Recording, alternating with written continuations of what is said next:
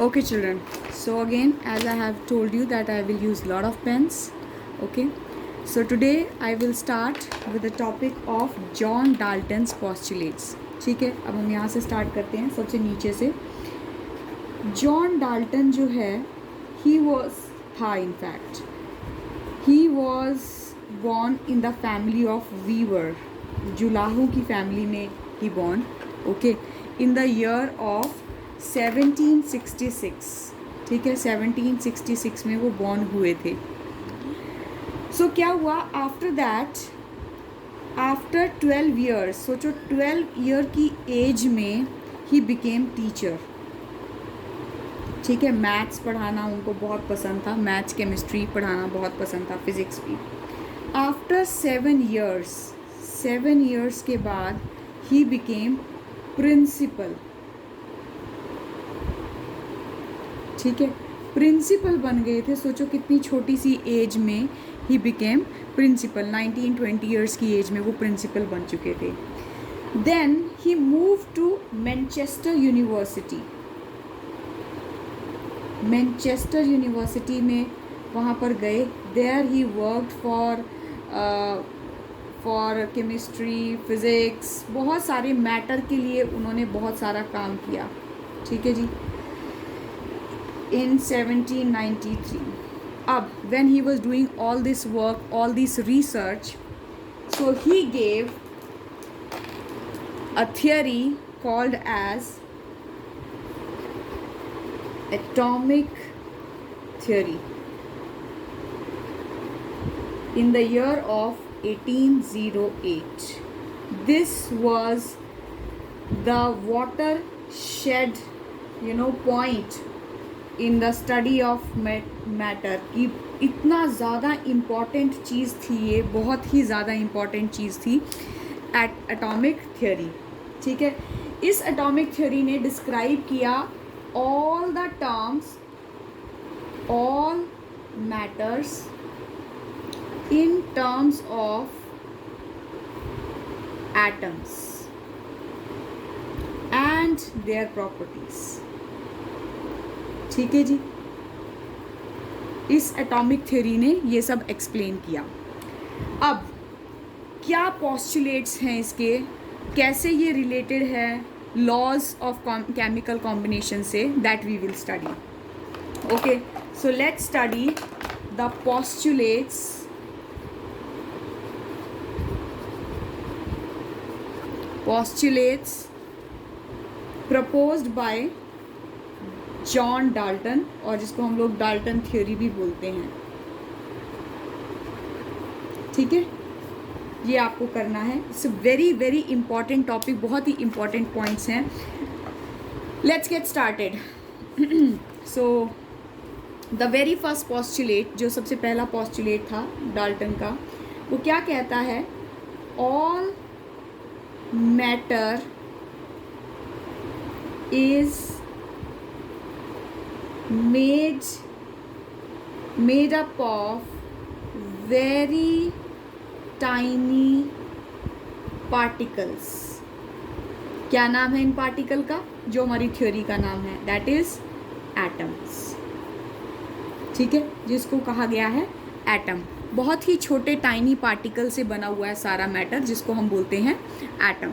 ठीक है जी. Second postulate क्या कहता है? I am using different colour so that कि हमारी आइज़ को, हमारे ब्रेन सेल्स को वर्क करने में हेल्प करें, as I have already discuss this thing to you in my previous video. Atoms are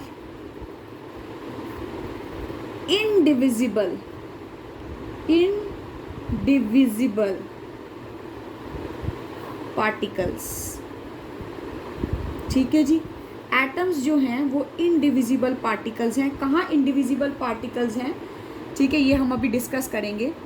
atoms are indivisible particles which can not be created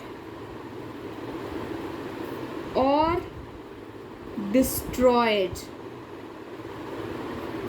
in a chemical reaction. ठीक है जी.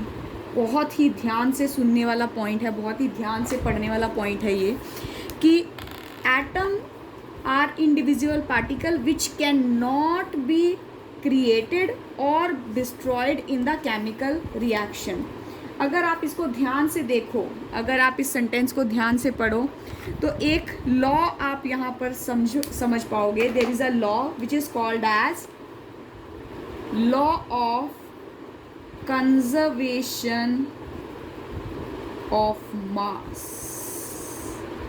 Law of conservation of mass क्या कहता है? Law of conservation of mass भी यही कहता है that mass can not be created और neither be created nor be destroyed in a chemical reaction, it will remain constant. For example, अगर मैं एक एग्जाम्पल लेना चाहूँ यहाँ पर, ठीक है, हमने लिया वाटर, ओके, वाटर कैसे बनता है, या आप वाटर को ब्रेक करते हो, you get H2 plus O2, ठीक है जी। अब here you see there is one O2, मतलब 2 एटम्स ऑफ O2 हैं और यहाँ पर सिर्फ एक एटम O2 का है। So for that you will learn this thing in grade 10 कि आपको बैलेंस करना होगा इक्वेशन को, ठीक है, इक्वेशन को बैलेंस करना होगा। मतलब क्या है कि 2 मॉलिक्यूल हाइड्रोजन गैस के और 1 मॉलिक्यूल ऑक्सीजन गैस का मिल करके 2 मॉलिक्यूल वाटर के बनाते हैं। This is called as balancing of chemical equation. 2H2O इधर आएंगे तो इसमें हमने 2H2 प्लस O2 डाला है, तब हमारी इक्वेशन जो है वो क्या है? बैलेंस्ड है। क्यों बैलेंस्ड है? क्योंकि हमें फॉलो करना होता है law of conservation of mass, ठीक है जी।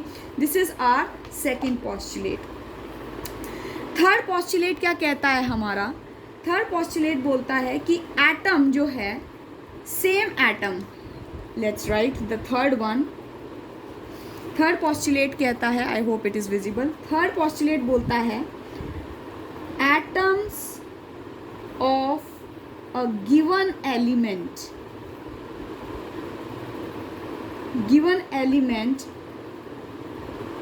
have identical mass and chemical properties। क्या मतलब है इस चीज का?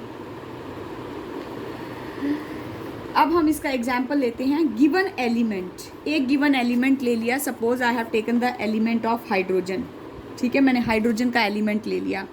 अब हाइड्रोजन मैं यहाँ पे लंदन में लूँ, although I am not in London, I am in Delhi, मैं दिल्ली में लूँ, ठीक है, या मैं अर्थ के किसी भी कॉर्नर पे लूँ, किसी भी कॉर्नर के अर्थ पे मैं हाइड्रोजन एटम लेती हूँ, इसकी प्रॉपर्टीज़, केमिकल प्रॉपर्टी हमेशा सेम रहेंगी, आइडेंटिकल रहेंगी, इसका मास आइडेंटिकल रहेगा। हाइड्रोजन का मास क्या होता है? 1 होता है, ठीक है, द मास इज़ 1, तो इसका मास मैं कहीं भी ले लूँ इट विल बी सेम, ठीक है। The properties of a given element, element क्या लिया हमने? हाइड्रोजन एलिमेंट ले लिया है, उसका एक एटम ले लिया है, atom of a given element, hydrogen element का एक एटम ले लिया है, तो उसका आइडेंटिकल मास रहेगा और केमिकल प्रॉपर्टीज भी आइडेंटिकल रहेंगी, ठीक है। इसके बाद जो फोर्थ पोस्टुलेट आता है वो थोड़ा सा सेम ही है, it also in a similar way. ये क्या बोलता है? It says atoms of different elements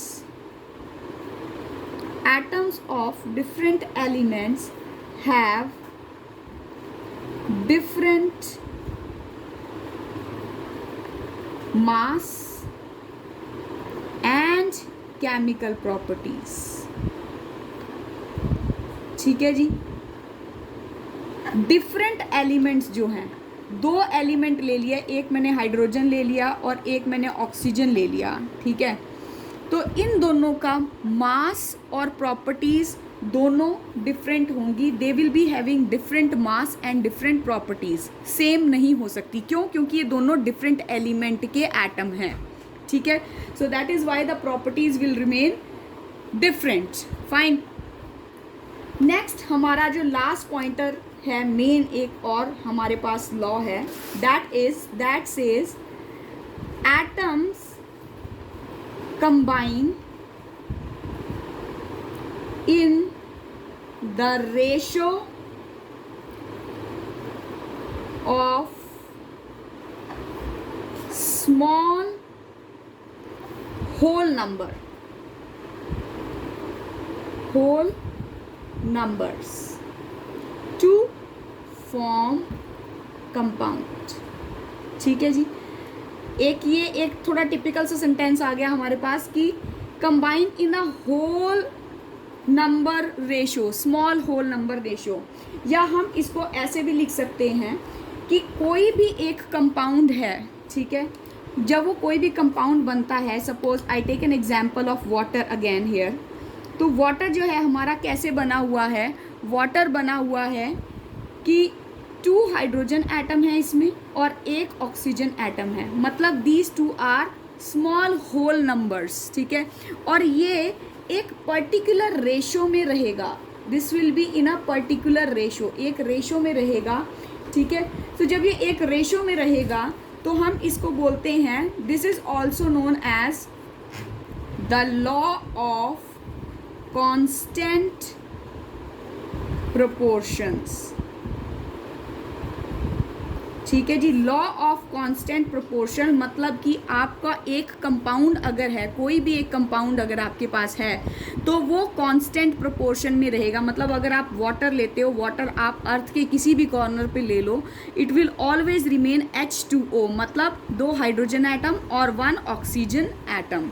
ठीक है जी, so these are the postulates which are given by Dalton and here you are able to explain everything about atom, the postulates of atom and how it started, what is the atomic theory, how it was given by Dalton, and this will make one whole question, and I think within 5-7 minutes you are able to explain and recall